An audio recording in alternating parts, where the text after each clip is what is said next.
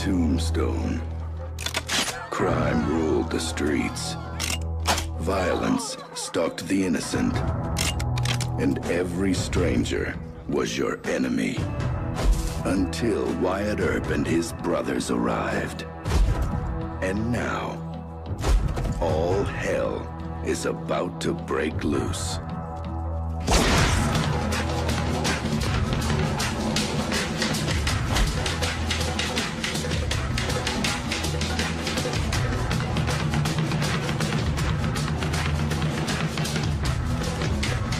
Kurt Russell, Val Kilmer, Bill Paxton, Jason Priestley, Sam Elliott, Dana Delaney, Michael Biehn, Powers Booth, Charlton Heston.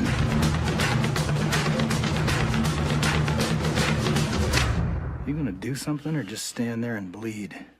Justice is coming to Tombstone.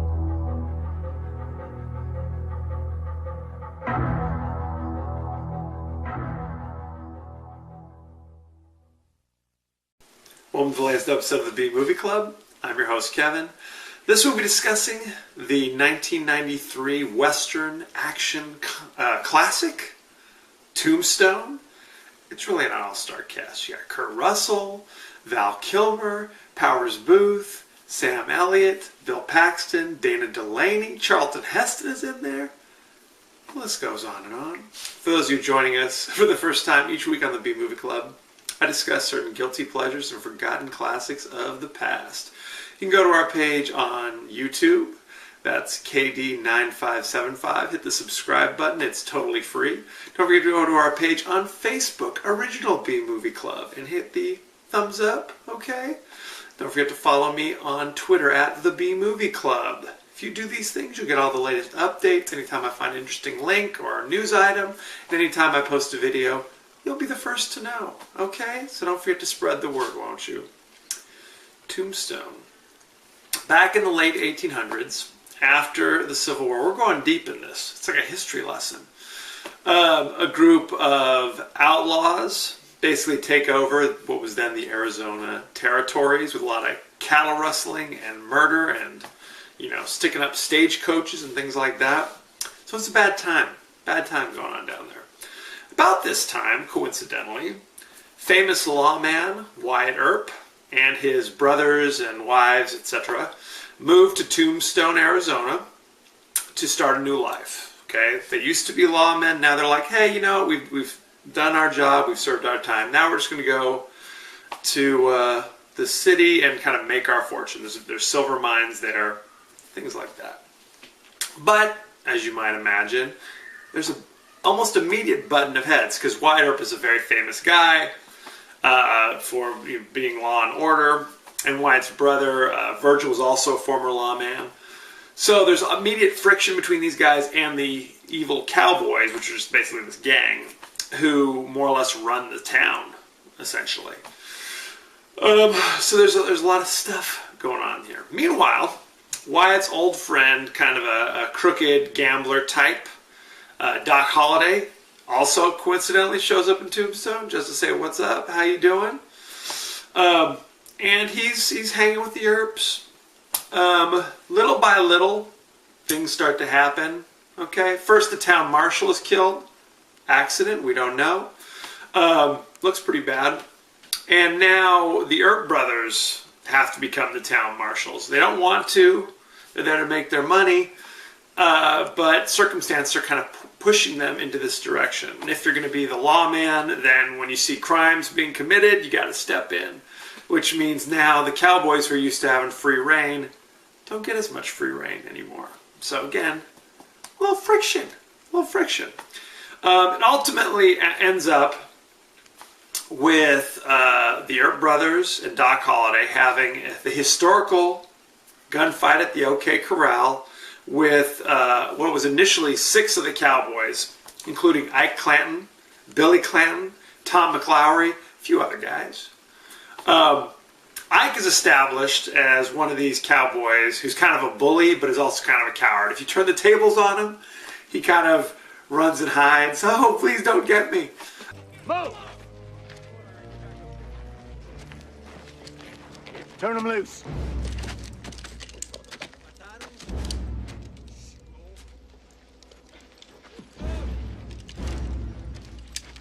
said to turn loose of him. I'm not. So go home. I swear to God. Law Dog, you don't step aside, we'll tear you apart. You die first, get it? Your friends might get me in a rush, but not before I make your head into a canoe. You understand me? He's bluffing. Let's rush him. No. He ain't bluffing. You're not as stupid as you look, Ike. Now tell him to get back. Go on now, get back. Go on! Billy! He'll kill me.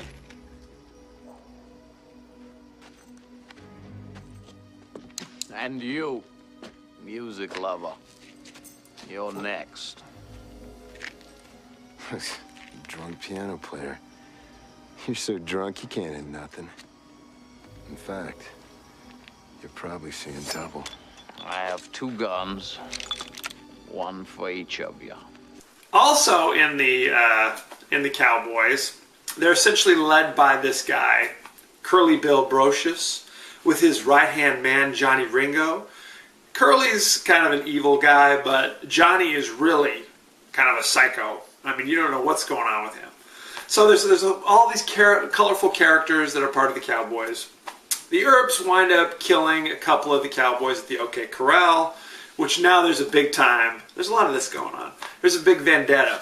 So now the Cowboys, under cover of night, strike back at the Earp brothers. Spoiler alert. They maim Virgil. So now he's got a crazy dead arm. It's very sad. And they kill the younger brother. They maim Virgil and they kill Morgan, the younger brother. It's very sad. So now Wyatt is on the warpath, recruits his friend Doc Holliday, who, as you may know, is suffering from tuberculosis. So he's half the time he's in bed, the other half he's gambling and drinking. But when he's on his game with the pistols, it's serious business. Recruits a couple other guys to help him, and they go on a rampage, rounding up the Cowboys. There's also kind of a love story that goes underneath this. Wyatt's got his wife, I guess, but she's like an opium addict, so soon she disappears from the picture. Luckily, there's a beautiful actress lady who comes to town, so they kind of strike up a romance. I don't know. I can't explain it. It's not Nicholas Sparks, okay? When this movie was being discussed initially, it was originally going to be directed by a man named Kevin Jarre, who wrote the screenplay, and it was going to be a Kevin Costner vehicle. It was going to be the two of them working together to produce this film. But they had very different visions. Kevin Costner wanted the show to focus primarily on Wyatt Earp, the role he would ostensibly play. He's like, I want it to be about that. Kevin Jarre wanted it to be more of like the entire focus of the Old West, like all the other characters that are kind of mixed into it. So they went their separate ways. Kurt Russell came in. He started to become a driving force behind this as well. He started to play the role of Wyatt Earp. They needed to cast the rest of the roles. Originally, they wanted to have Willem Dafoe play the role of Doc Holliday, but the only studio that was willing to distribute the movie said they would not do it if he was in it, because a couple years earlier he was in The Last Temptation of Christ, which was very controversial. So they went with their second choice, which was Val Kilmer.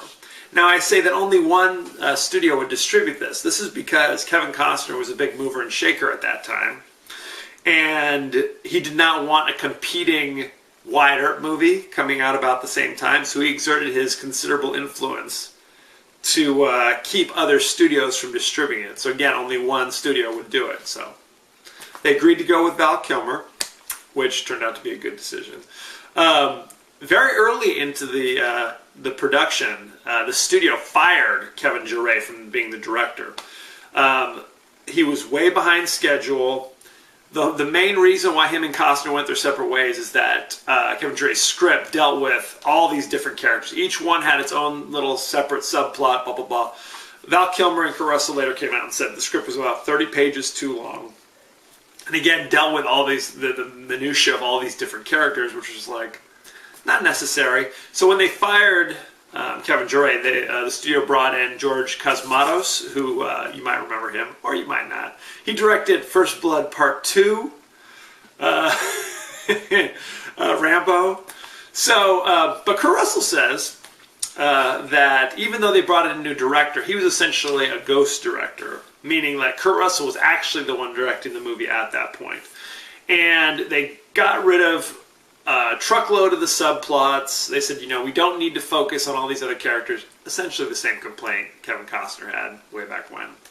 We're going to focus on Wyatt, we're going to focus on Doc Holliday, we're going to focus on, that kind of... And rather than Wyatt Earp, the movie that Kevin Costner made later that year, which was a 3-hour sprawling epic that dealt with Wyatt Earp from like his birth to his death, Tombstone, as the title suggests, focused primarily on what occurred during his time when he was in Tombstone.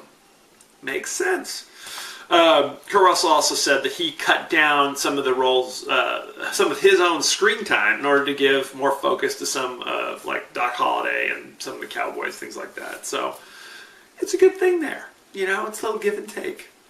When the movie came out, initially it kind of slipped under the radar. It actually did well initially. Siskel and Ebert, they talked about how they missed the initial screening for whatever reason. They were unable to do it and didn't think they were going to get a chance to see it because, they're movie reviewers, they're busy. But Ebert said that he kept hearing over and over again how great Val Kilmer's performance was in this, that it kind of drove him to go out and watch the movie. It went on to become a big success. It was actually a much bigger success than Wyatt Earp, which came out 6 months later. And it was much more well received. I mean, people were kind of upset. It never got nominated for anything. People thought Val Kilmer should have been nominated for his outstanding performance as Doc Holliday. It wound up being kind of a, in retrospect, just a very good Western.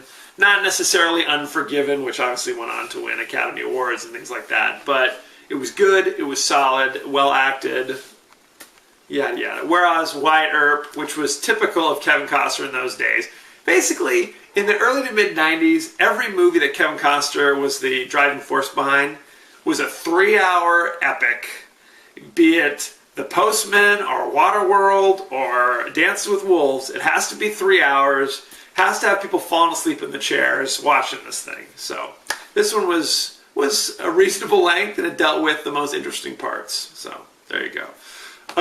Originally, Robert Mitchum was supposed to play the role of like Old Man Clanton, like the head of the gang, basically. But he was filming something and fell off a horse, and he hurt himself.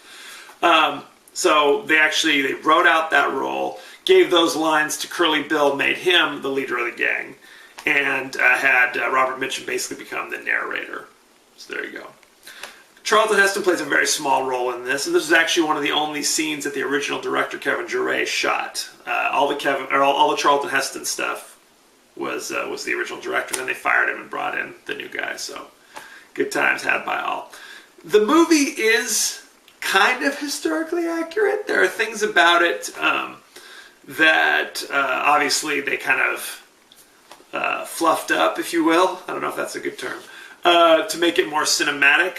In reality, the Cowboys were kind of a loosely organized gang, just a bunch of outlaws that sometimes helped each other out. In this movie, they're like the Bloods, basically, right? They're like the Mafia, where it's like they've got a boss and they've got like a hierarchy and they all work together and blah, blah, blah. It's more interesting if it's like this kind of this evil force that they're facing off with. So there you go. At the OK Corral, they kind of changed who killed who died at what times, blah, blah, blah. One thing that's interesting and historically factual is that Wyatt Earp in all the gunfights he was in was never shot once, for whatever reason. There's that big scene where Wyatt Earp, basically there's bullets zinging by, and Wyatt Earp just stands up, walks out there, and, spoiler alert, kills Curly Bill. That is historically accurate. They say that's the way it happened. He walked in there, killed the bad guy while the guy's shooting at him at point blank range. He was just missing, in full view of all these people. So that's kind of interesting. Good times had by all. This movie currently has a 73% fresh on Rotten Tomatoes. I think it's better than that. It's obviously not Lawrence of Arabia, for goodness sake. but it does what it sets out to do, and he does it very well. As I said, Val Kilmer's performance, outstanding.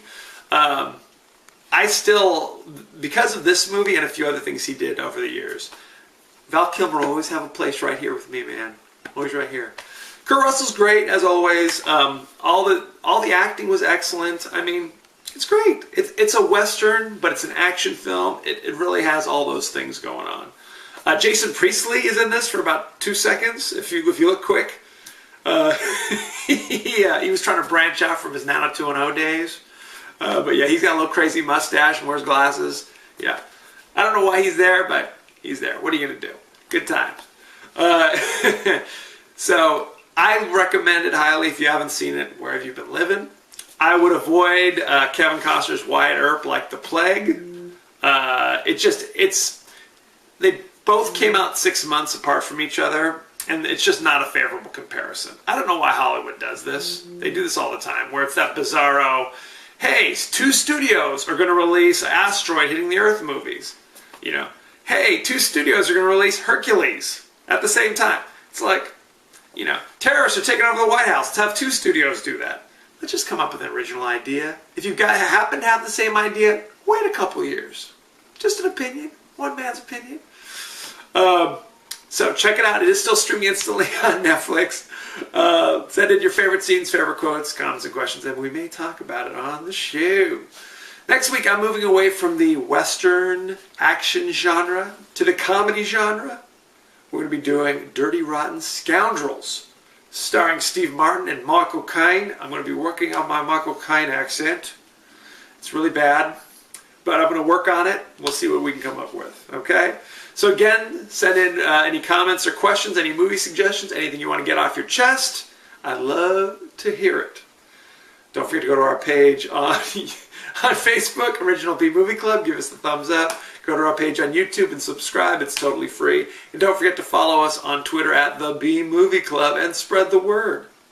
As you know, I end every episode with a totally out of context quote. And here it is. I'm your Huckleberry. Frankly, Val Kilmer's lines, he had a million great quotable lines. It was hard to pick one. But it was interesting, little factoid there. Why does he say, I'm your Huckleberry? They think it has to do with the fact that at the time, Tom Sawyer was a popular novel back in the 1800s. And up to that point, Huckleberry Finn was his sidekick. So he was saying, Wyatt Earp, I'll be your Huckleberry to your Tom Sawyer.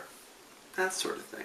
Another interesting little thing is later in the movie when he's dying in his bed, spoiler alert, he looks at his bare feet sticking up and he says, now that's really funny, something like that, kind of cryptic.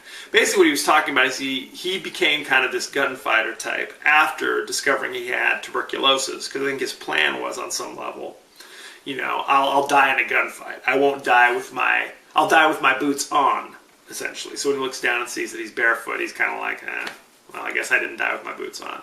Hey, see? Get all these interesting little things? That's what you get here at the B Movie Club. So thank you for joining us.